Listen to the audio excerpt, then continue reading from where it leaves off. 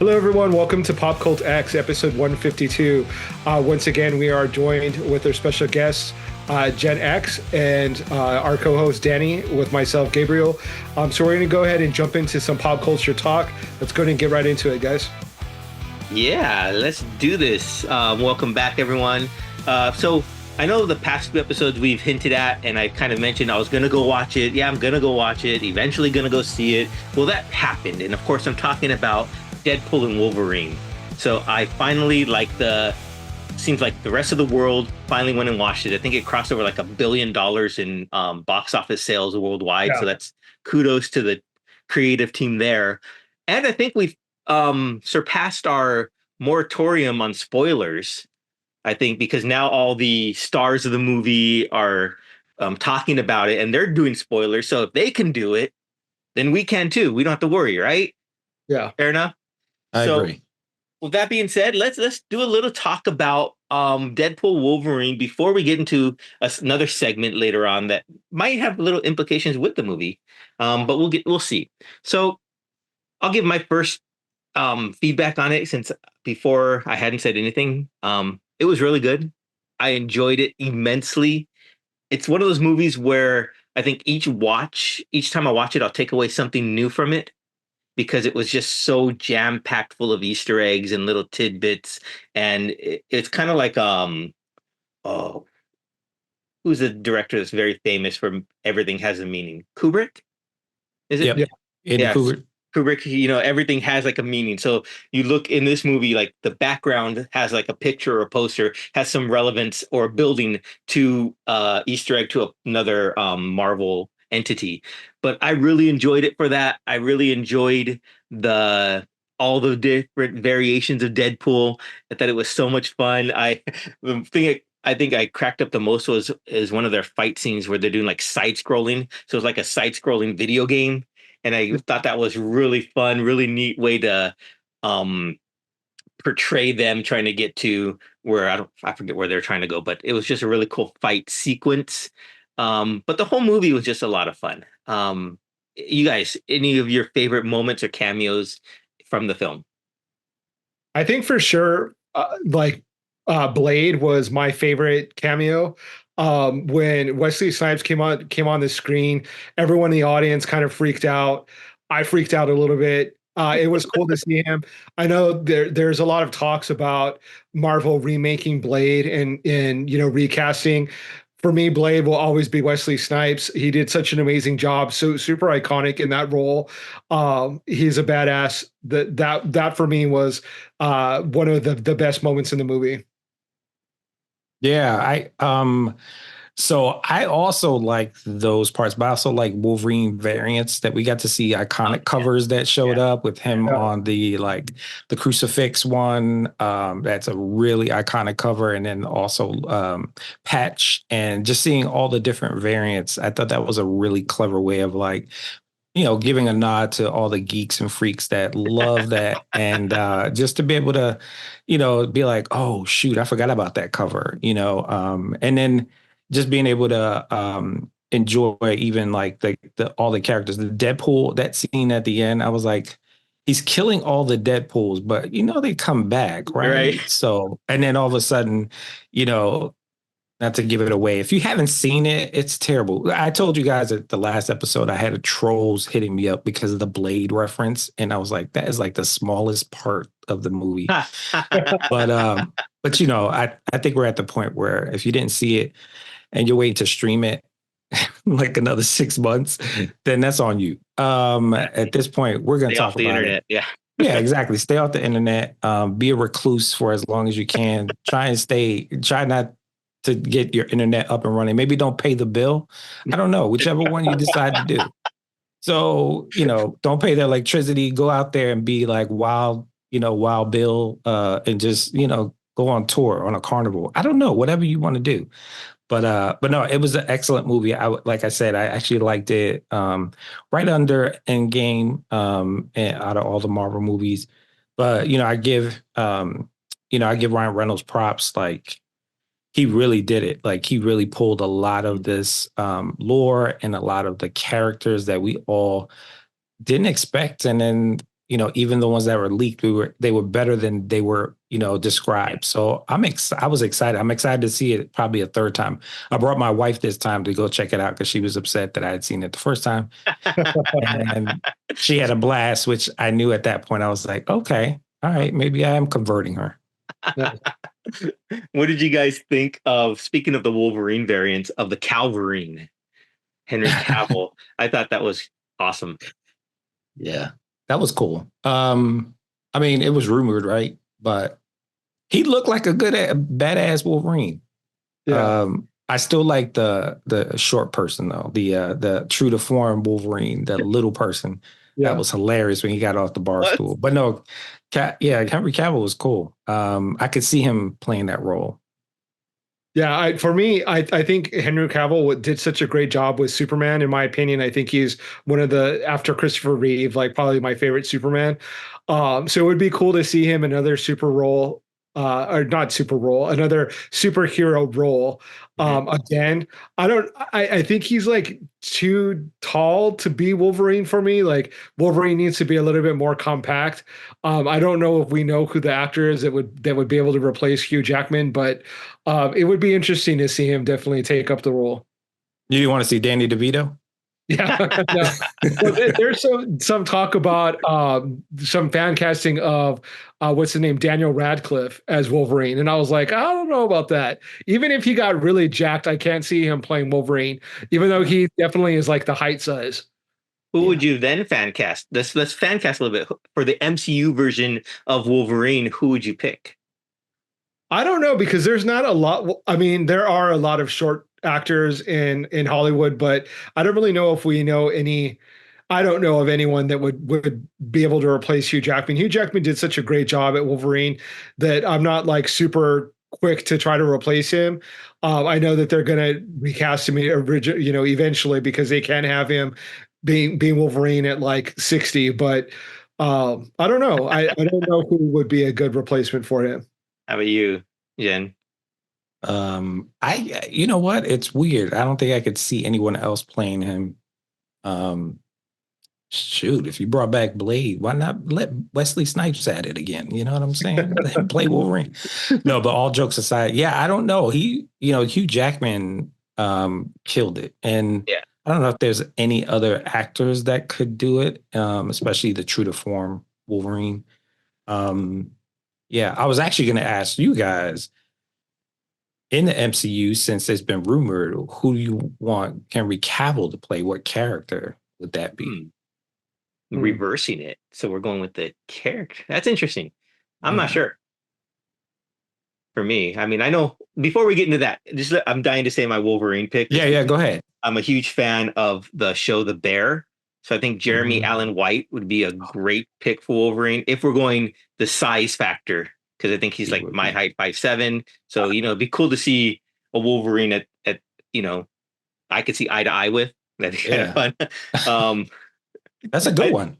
I think Henry Cavill though would make a good Wolverine if height doesn't matter. Yeah. I don't know. I'm trying to think of all the characters and I don't know if necessarily an X-Men would be a good fit for him. So I'm thinking of just in the Marvel universe, and I can't really think of anyone that I would immediately cast him as. He was such a good Superman. I thought he was a really great Superman. I don't know why they need to replace him in that franchise. Well, that dude looks the same, almost like him, just a little bit younger. So I don't know why they recasted him. He looks exactly like Henry Cavill. Yeah, they tend to do that. They had Brandon Roth or Ralph that kind of looked like Christopher Reeve but younger. So they tend to try to replace people that look exactly like who they're replacing, which is weird. Yeah, I mean, for Henry Cavill in the MCU, just based on the comic books that I enjoy, goodness, that's a tough one. I mean, I really can't say because I know they already have a Moon Knight, so he's there. They already have a Daredevil, so he's already in place. Who else? What other characters do I enjoy? My favorite from this movie of Deadpool Wolverine was Gambit, and Channing Tatum did a perfect job in that. So I can't say Gambit. I don't know. What about you? Anyone else? Just throw any character out there that you think he would be good at. Hmm. I'll put Yeah. Jeopardy music on right now. So. I don't know. I kind of think he'd be a dope Cyclops, but like, That's what I was thinking too. yeah, he looks like a Cyclops to me if I had to typecast him. Yeah. Yeah, or What maybe about? Dokken. I know in the end credits or post credit scenes for was it Thor movie? They had Hercules, right? And they Yeah. had the guy from Ted Ted Lasso. But I think Cavill would be a good Hercules if they really wanted to make that its own Mm, franchise. That's actually a good idea. I it could. would be. Yeah, I So agree. let's call Kevin Feige and tell him that we've decided for him that we're gonna Dude, make you have his Henry. number. Yeah, hold on, let me get it. One of the other things that I really that kind of made me happy or tickled me about Deadpool is that it pissed off a lot of people. A lot of people apparently went into an R-rated movie expecting it to be a good Christian film and had to walk out because they were offended by the comedy, by some of the quips that he makes in the movie, and they didn't like it. So that just makes me happy because they're stupid. If you have, traditional, let's call them traditional values, and you're very sensitive to things of that nature, why would you go into an R-rated movie expecting it to be a Disney, Snow White and the Seven Dwarfs kind of a thing? Like, I think that people were doing it on purpose to be offended. But that it just made me laugh. I thought it was hilarious, and I think that's like part of the whole point of the movie is that Deadpool is supposed to be irreverent and funny and be a little bit scandalous at the same time. Oh, he's more than scandalous. Yeah. That brother was. It was R-rated for a reason. I was like, whoa! I've seen enough butt and junk and all types of different things. I was like, good lord. Now, not to go back to Henry Cavill, but I went back to see what people were saying. They were thinking of that he would play, which I hadn't thought of, which makes more sense, is Captain Britain. Oh, that would be really good. Yeah, that's been rumored as probably the top.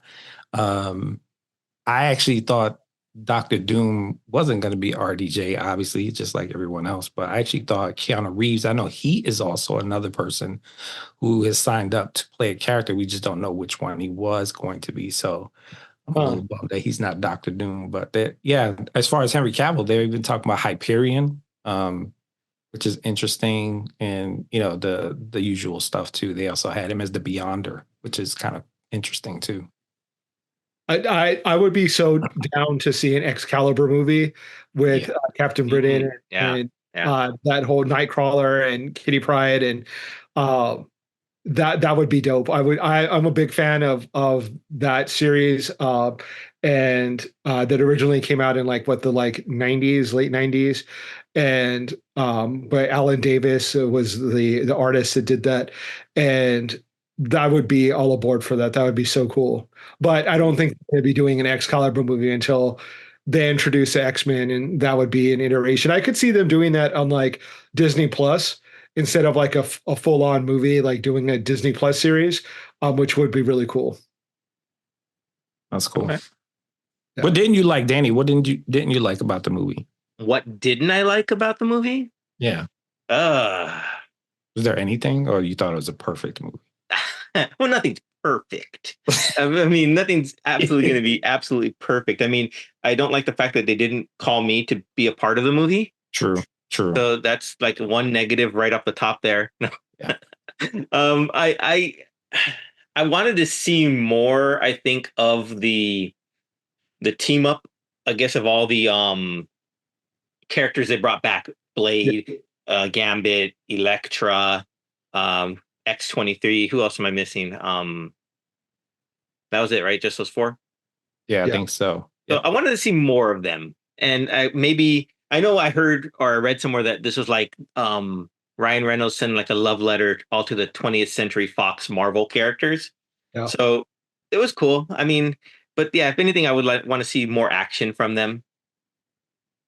Yeah, it went by really quickly. That whole scene where they head up with the villains and Juggernaut die or is well, I don't know if you would say died, but decommissioned very quickly, I would say, like, for being the Juggernaut.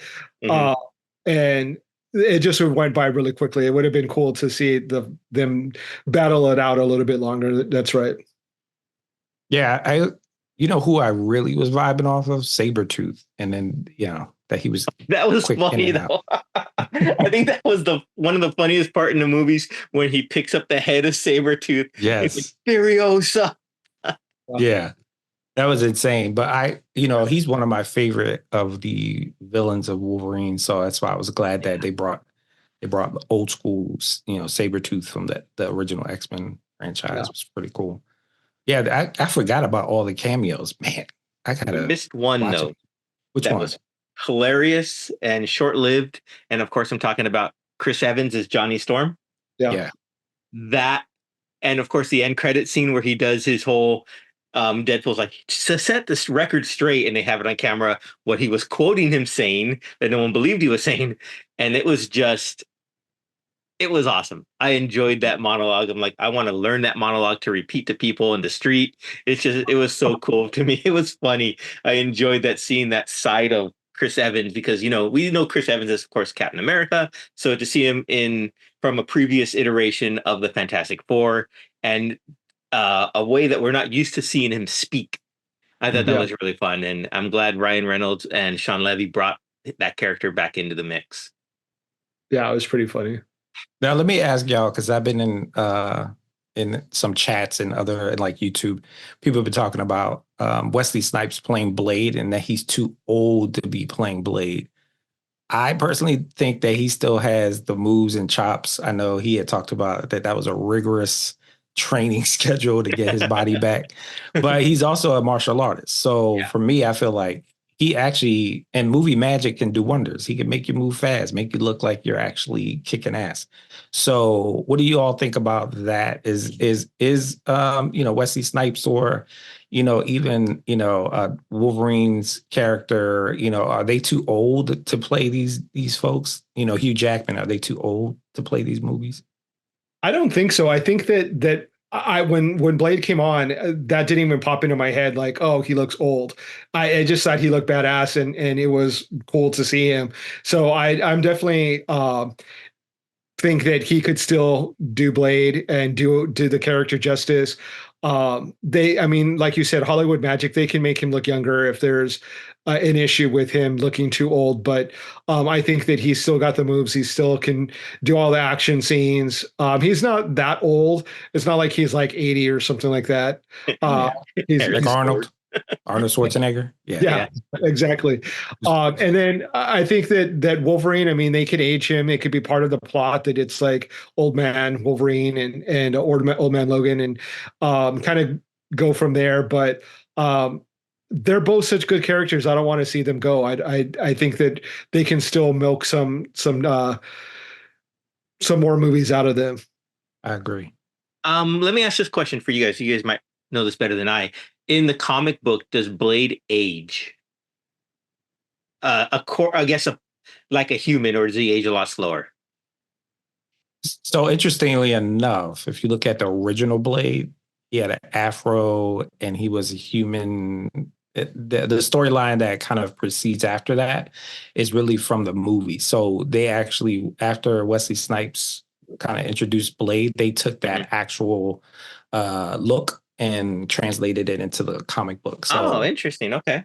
yeah. So old Blade looked like he was just a regular, I don't know, Dracula hunter. He was a vampire Yeah. hunter with a stake and he's just fully equipped with a fro and some stakes that he would use, But yeah, I think, I don't know. I don't think he's aged. Even the Blood Hunt series that's happening or just finished, he still looks the same. And I think also, not to also spoil that side, but he has vampire blood in him. So he's definitely not going to age at all, or Yeah. it's going to be really slow. Yeah. Yeah. Okay. Then Plus, like, does anybody ever age in comic books? true. That's They true. stay the same age like forever. That's very true. That's very, very true. I mean, I could see him doing it then. I mean, if they want to progress his age a little bit. I mean, we did see he had the silver on his That was goatee, cool. so I thought he would just look more mature and refined, I guess, Blade. Um, I would think it would be really cool then if that's the case to see like a Midnight Suns team up with Blade in there. I think that'd be a real cool series or a show then as well. I would love to see Blood Hunt, that series live action, because I think then you can pull in Miles Morales and a whole bunch of other. I think that would make basically break Hollywood. They would make so much money off of that. Yeah, because it's the horror side of it plus the comic book side, and it's just, yeah, I mean, like, what was the closest we got to that? That was Werewolf at Night, right?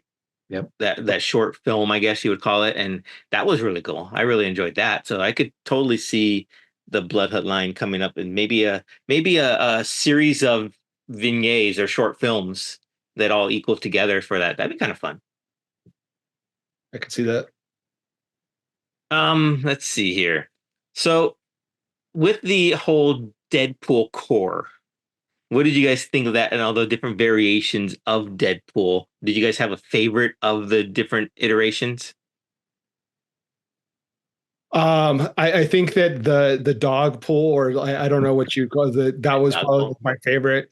Just because I'm definitely a dog guy. I love dogs. Even though that dog is a little creepy looking. That was fun. I mean, that for me was probably my favorite Deadpool iteration. Well, I'm gonna go with Lady Deadpool. She's fine. So Yeah, it's Blake Lively, going back to Gabe's comment from the last episode of repopulating. Why not? Like, yeah, you know what I mean?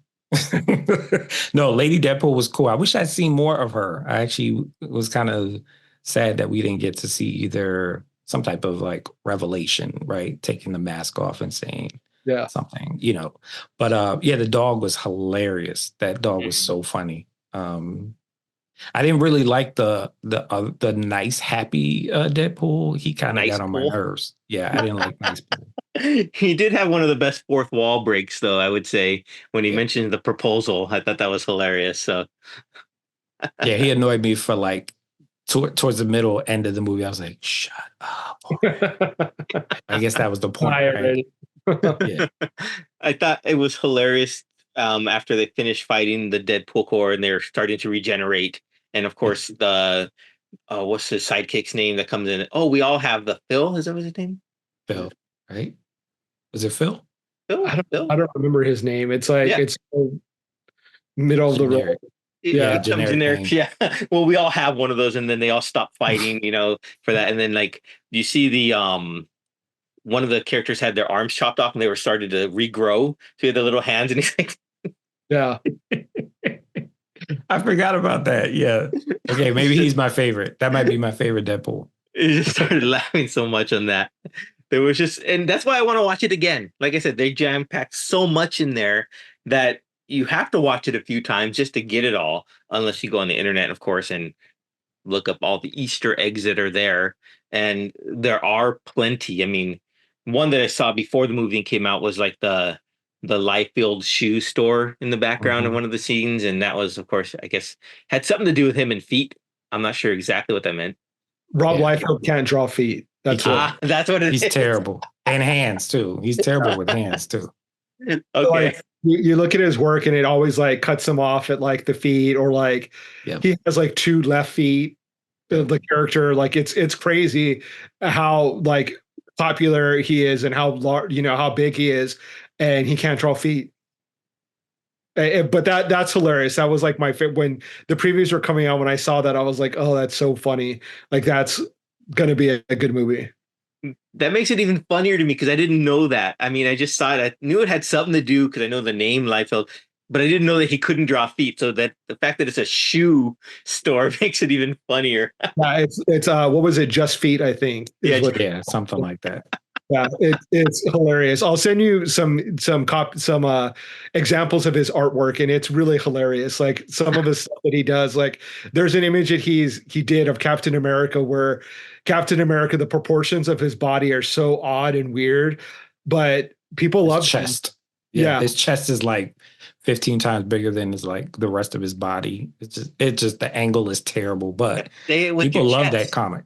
They Yeah. love that comic book. So sound like hotcakes.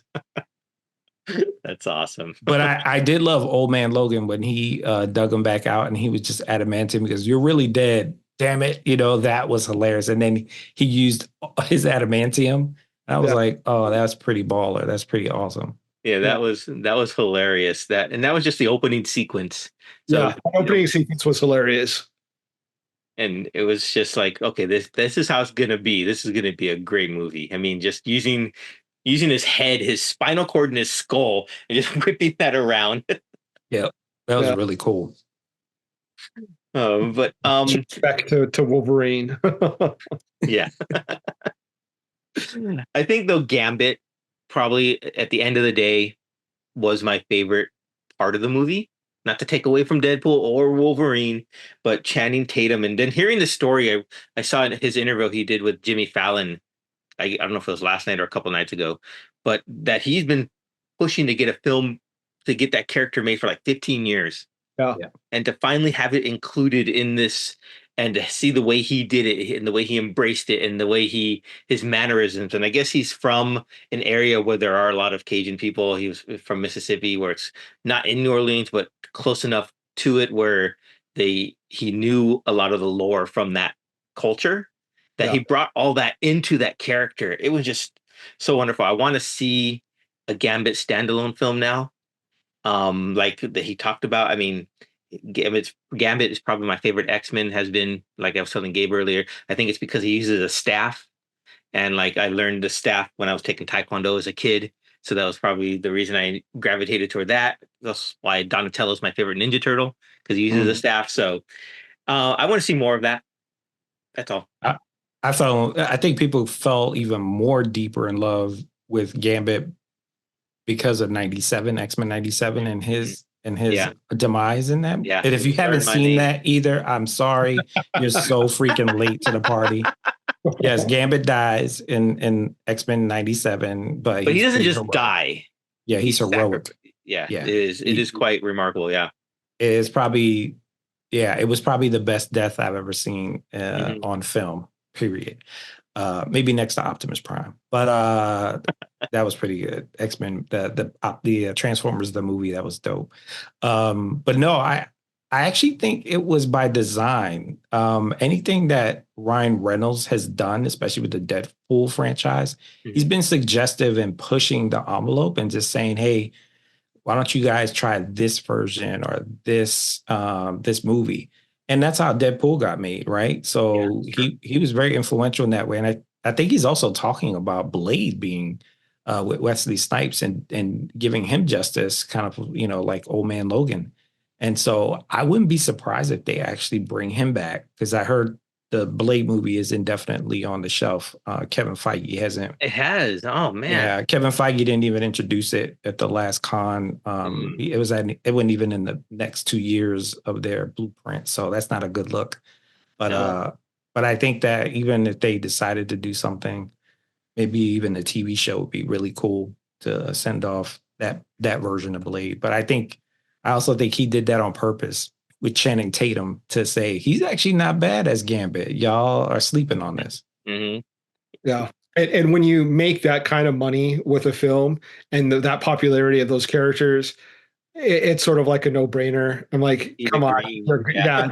They see the dollar signs and it's like that changes their opinion real quick. Yeah. Absolutely. I concur. So if you had to give it one out of 5 stars, what's your final rating on the film? I give it 5 stars. 5 star? Jen? I would give it a 4.5. 4.5, okay. Yeah. I think the only reason why is because I wanted more. Like, I wanted more characters to be developed, introduced a little bit more, or team up. I would love to see more of that team up that was kind of missing. Yeah. So fair enough. I'll give it a 5 though, because I'll give it a 4.5, like you said. Now 5 after my second rewatch, and I can see everything again. Push pause, rewind, because I don't watch it at home. So yeah, I think that covers all of Deadpool Wolverine, unless there's anything you guys wanted to touch on that. Yeah, I'm good. No? Okay. Anything else you guys been watching or doing this past week that maybe you might want to bring up? Well, I saw a really terrible movie called Tarot on Netflix, which is about a group of kids that get their Oh, horoscope I almost read. watched that. Okay, now I know what Yeah, you're talking about. yeah, they have their horoscope read with tarot cards, and then they start dying based off of what that horoscope is. Uh, Mm. it's, I mean, it's fun to watch. On like, I guess it was like a Wednesday night at like 8 o'clock, like nothing else was on, so I watched it, and it was fun, but it's so bad. It's like one of those like really convenient horror movies where like, oh, the person that's gonna save us just happens to live down the street. Let's go visit her.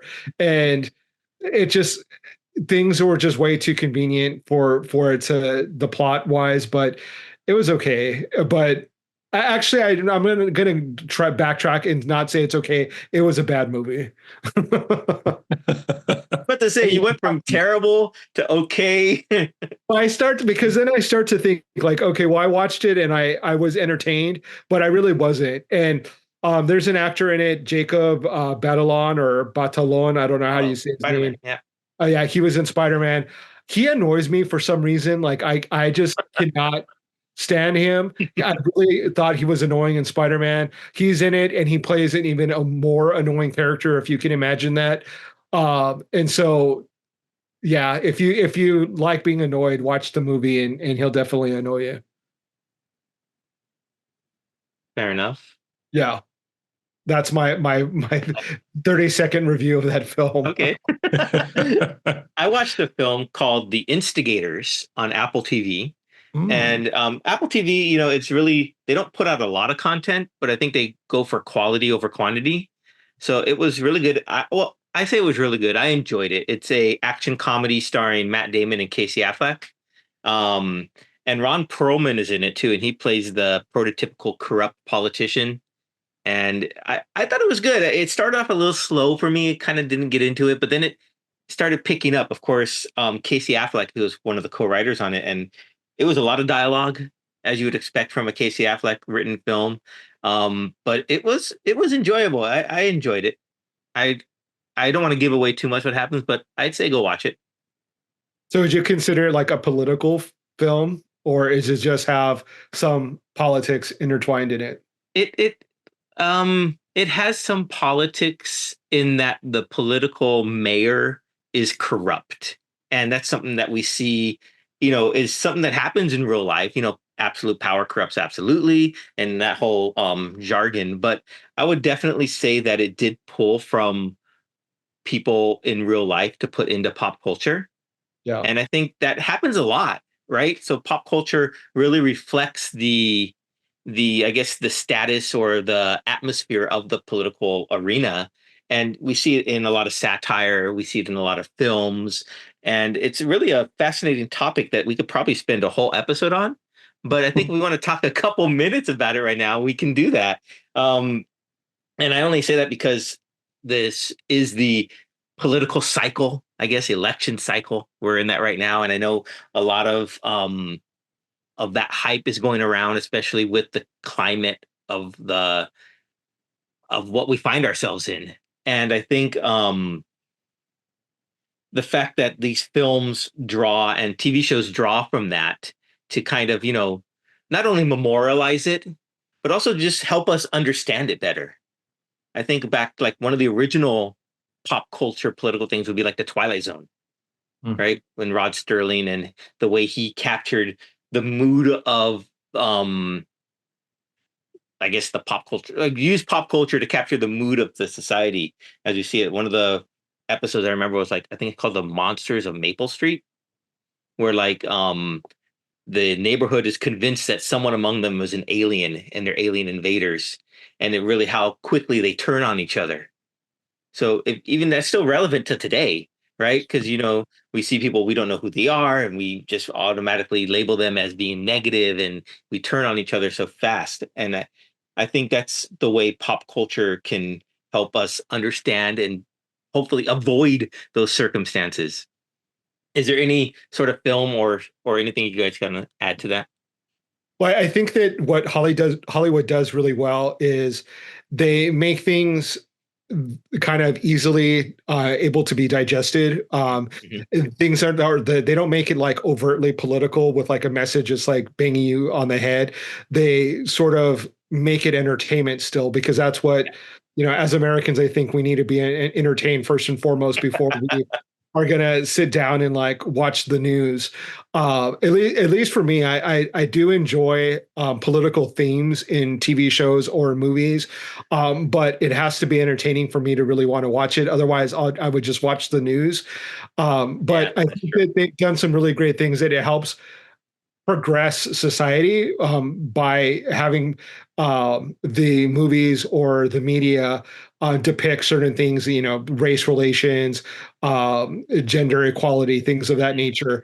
And so I think that they do a really good job of helping when it comes to that. But there's a lot of examples of shows that have some political themes or metaphors in it. Star Trek, I can think of as being one example. Some more like modern, everyday, like Veep was a show that was like Yeah. political, kind of satirized kind of what we're going through right now with a vice president potentially becoming a president. So definitely, I think that politics is a really big theme that Hollywood investigates and utilizes to make it entertainment. So I like the entertainment aspect of it. Not necessarily want to be overtly political, just because I want to escape from my reality. I like Hollywood to be an escape. I like movies to be an escape. Hmm. So, but I do appreciate when people use that medium to have like a political message. Yeah.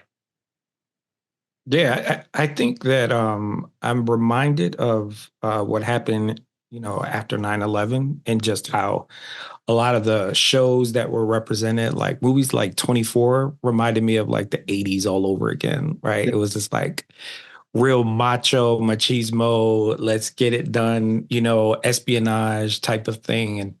And it was really interesting. I vibe 24. I love some 24. That I could watch that, especially season 3. That was my favorite one. Back in the day when we had DVDs, I used to go to the old school record and tape traders where, Uh-huh. secondhand, and I Uh-huh. would just go and buy like the whole series. And I remember I binge watched probably a whole season within like, I don't know, 24 hours. I stayed up for 24 hours to watch 24. Wow. I know that sounds crazy, but yeah, I mean, even thinking about like, I mean, if you think about just talking about religion, that Hmm. shows like Evil. I watch Evil. If you haven't seen that, that's a really good show. It talks about like uh good and evil, but there's also nuanced pieces in there. It kind of talks about a priest that's trying to live right, but he's got all these temptations. And are we, religion, how does it play into Yeah. our, the way that we live life? Is that a good life? Is that a bad thing? Or, how are we tempted? Things like that. So yeah, and even, when you think about yeah, I'm big into documentaries too. I feel like documentaries is also another niche area that people have been binging on. I've Yeah. never seen so many Nazi documentaries, and I'm like, I think we've outdone this one. Like this one's, I pretty much know a lot about Hitler and Nazis. Like we're good, Yeah. but there's always something that pops up. Like for example, within even our political landscape, right? Thinking about how we connect the future of AI and that taking over, right? And what place does that have in our existence? And so you have stuff like the futuristic stuff that we all love, and Terminator 2, things like that are super scary because that feels like that could happen. And so, we start to really peel back. I feel like movies and TV are a gateway to the future. I think they've been feeding us this truth for a while. Yeah.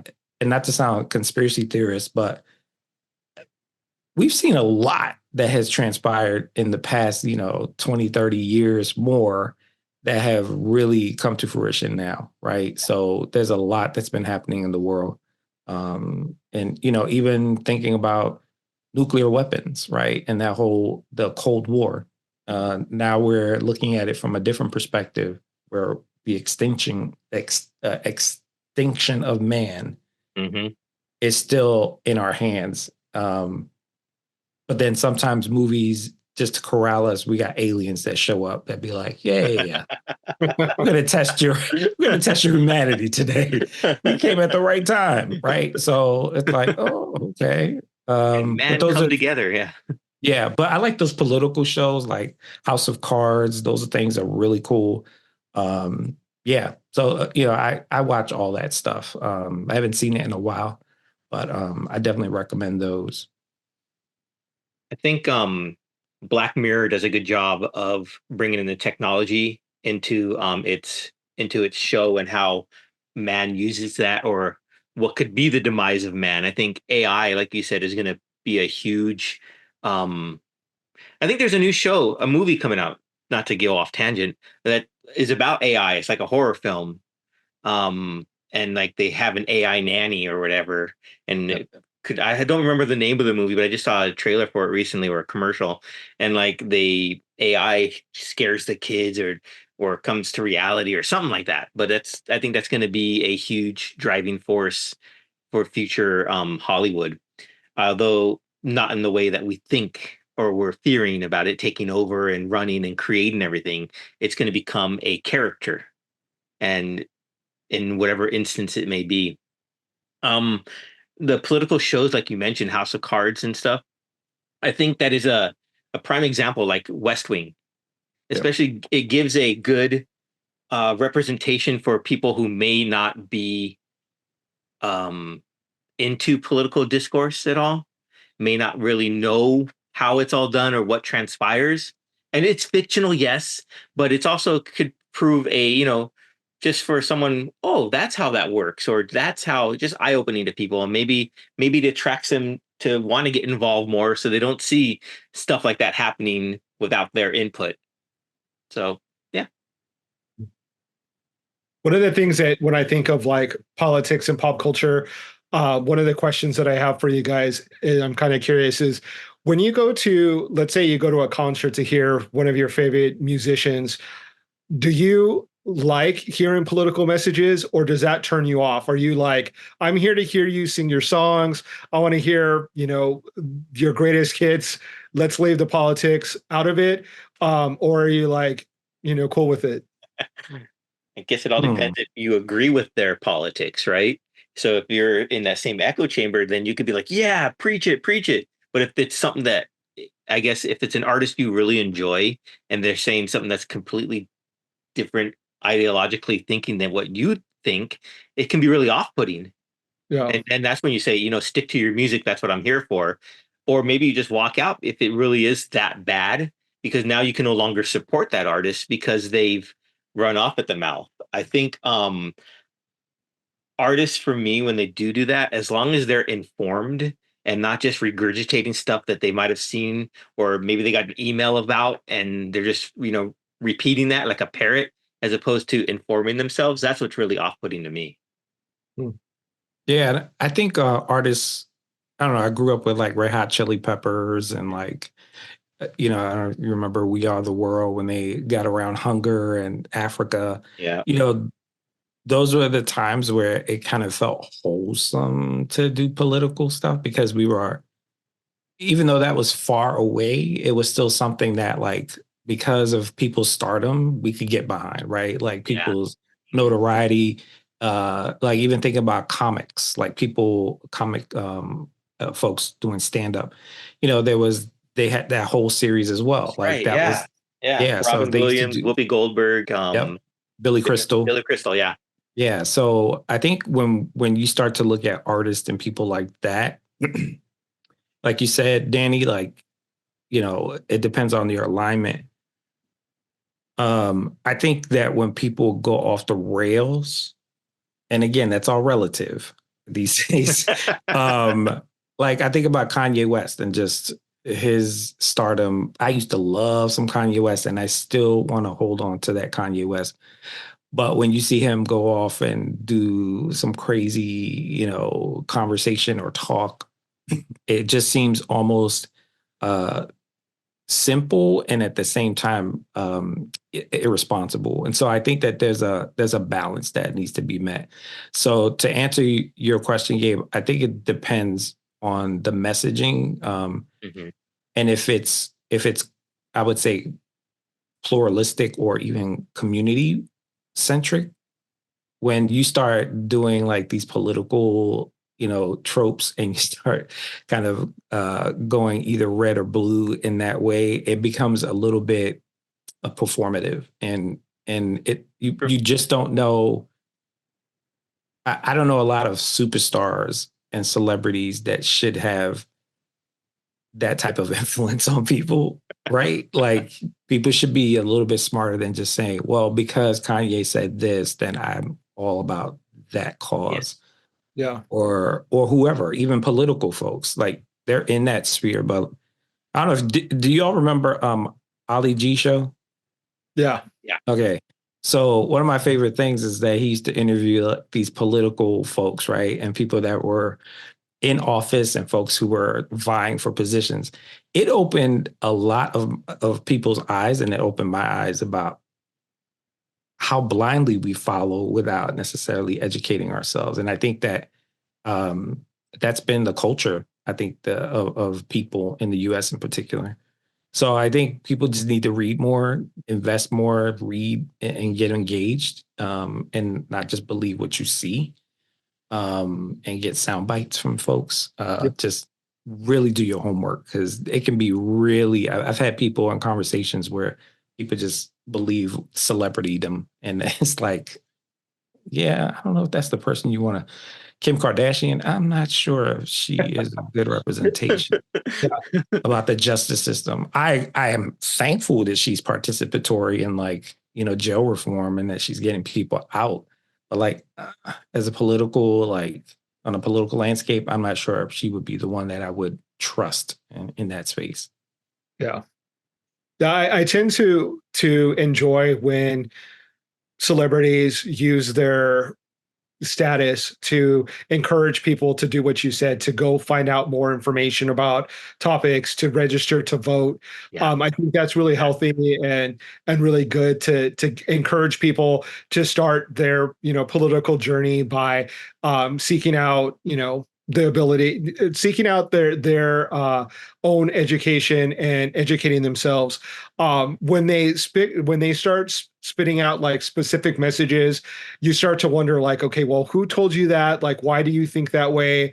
It's just a sound bite. All of the things that you said, I kind of think back of COVID, and you had people that were musicians saying, don't let's not get vaccinated, let's get vaccinated, let's going back and forth on that whole topic. And it's like, you're a rock star, like why are you taking medical advice from someone who has no idea what they're talking about? But on the flip side of that, I do enjoy groups that are political, like Public Enemy, Rage Yep. Against the Machine.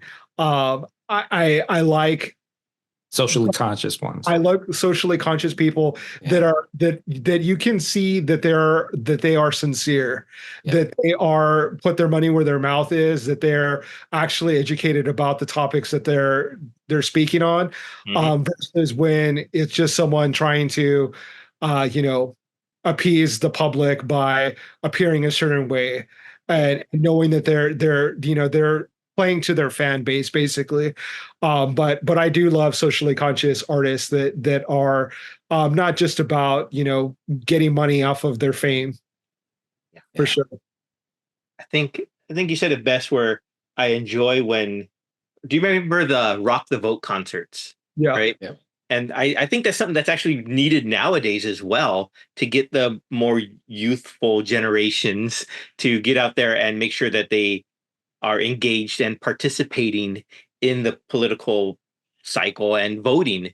And I think that's something that I remember a lot about. I was watching Black Sheep the other day, the Chris Farley movie where Yeah. he's and he crashed the Rock the Vote concert, and it was just they use humor, but the message is there that people that's a way to encourage people to get out there and vote. And I think they need to bring those concerts back and have stars who have their platform, not to maybe even just, promote one way or the other or their own thinking, but just to get people engaged and active in it. Mhm. And that's something that they need to do. Yeah. Yeah, I think even Gabe, what you said, just introducing people to activism or like social consciousness, the education part. Like I think of whether you're giving money or you are canvassing or you're providing some type of entertainment to a specific cause that's worldly. And I think that those are things that we need to get back to. I mean, not that we want to go back to the 80s, Reaganomics, all that stuff, not to get political. Big part of the Even 80s that, we want to get back to. Yeah.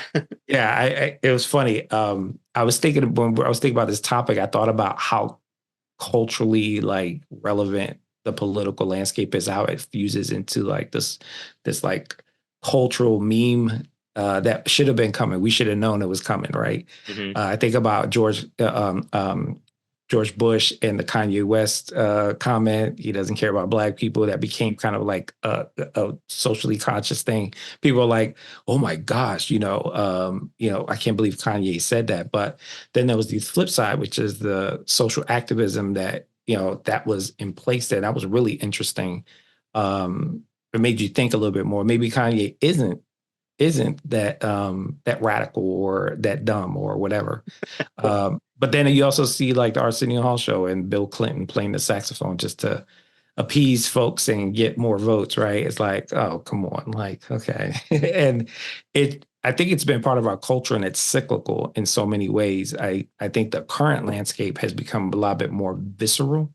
And so I think that's the unfortunate part, because I feel like folks want to get back to those times where we were doing things together and that we were at one accord, even politically.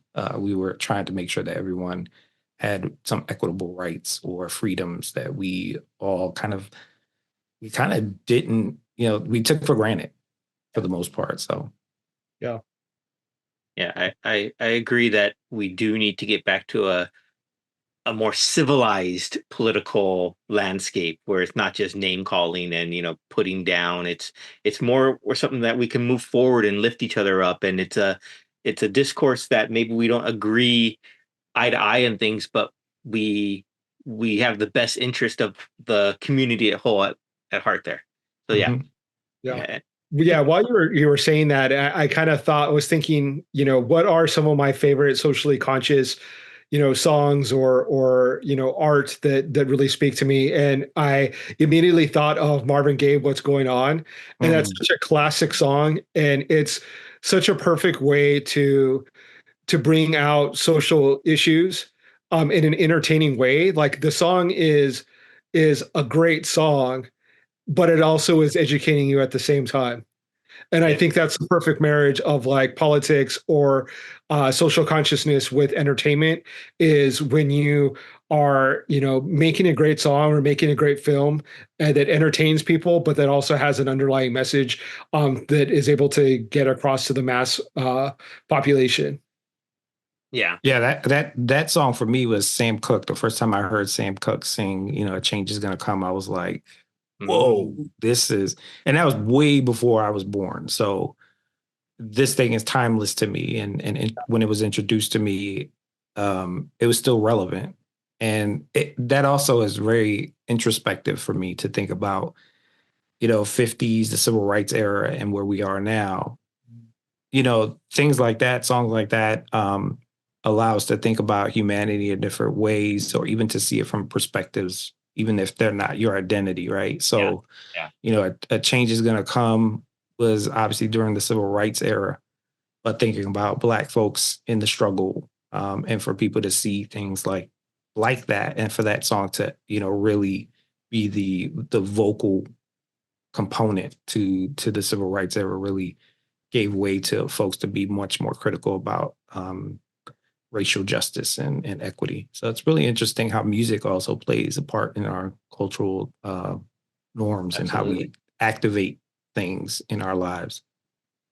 Absolutely. Yeah. One of the other songs that I was just listening to last night was on Billie Holiday, Strange Fruit. Oh. And just imagine, her performing that song to like a predominantly white audience that was, either woefully ignorant or unaware of what was happening within, South and lynching of Black people, and her using her God-given talent and the ability to educate people is remarkable. And so I think that those are examples of how artists can really use their voice in a really tremendous way to be able to educate people and to illuminate subjects that are often overlooked by, sadly by the majority of the people in the US. Yeah. And I think that song is haunting. Yeah. That song is haunting. Especially when you realize what they're talking about. Yeah. Yeah. When you realize the message behind the song. And speaking of using your song and platform to for a cause greater than yourself, I just watched the movie One Love, the Bob Marley film, and how he was they used him as a unifier, right? And in Jamaica and that political landscape at the time, and he had to go back at, among death threats and being shot at and everything, and use his music as the platform to bring together in unity the different factions there on the island. And I thought that was just shows how powerful music can be and how powerful an artist can be when they put themselves out there and allow themselves to be actively involved in that and not just, like you said, sound bites. Yeah. It's interesting with that. I mean, we as humans, it's very cyclical, our history. And I even think when you just pointed that out, I thought of the LA riots and the Bloods and Crips getting together, right? Yeah. And like that ceasefire. It took like celebrities to pull people to do that, right? So it's kind of prescriptive almost. And it's almost like we don't want to see what's coming, even though we've lived it, And so I think at some point, hopefully we can kind of get to the political landscape and kind of create a new story, a new chapter. Absolutely. Yeah. That would be great, especially one going forward where everyone gets, would you say equitable? Yeah. Yeah.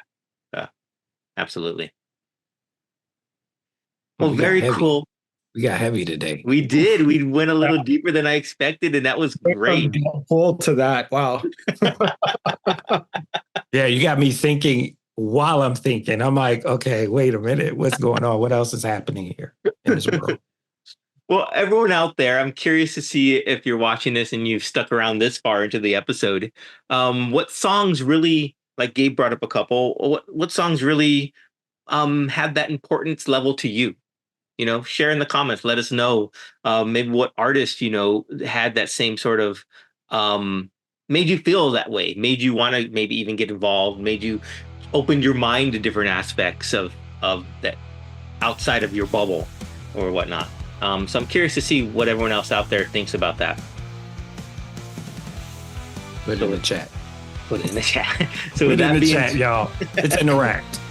With that being said, I guess thank you everyone for spending some time with us in this episode here of PopCultX. We look forward to hearing your comments, and we look forward to seeing you guys next time. So thanks for tuning in.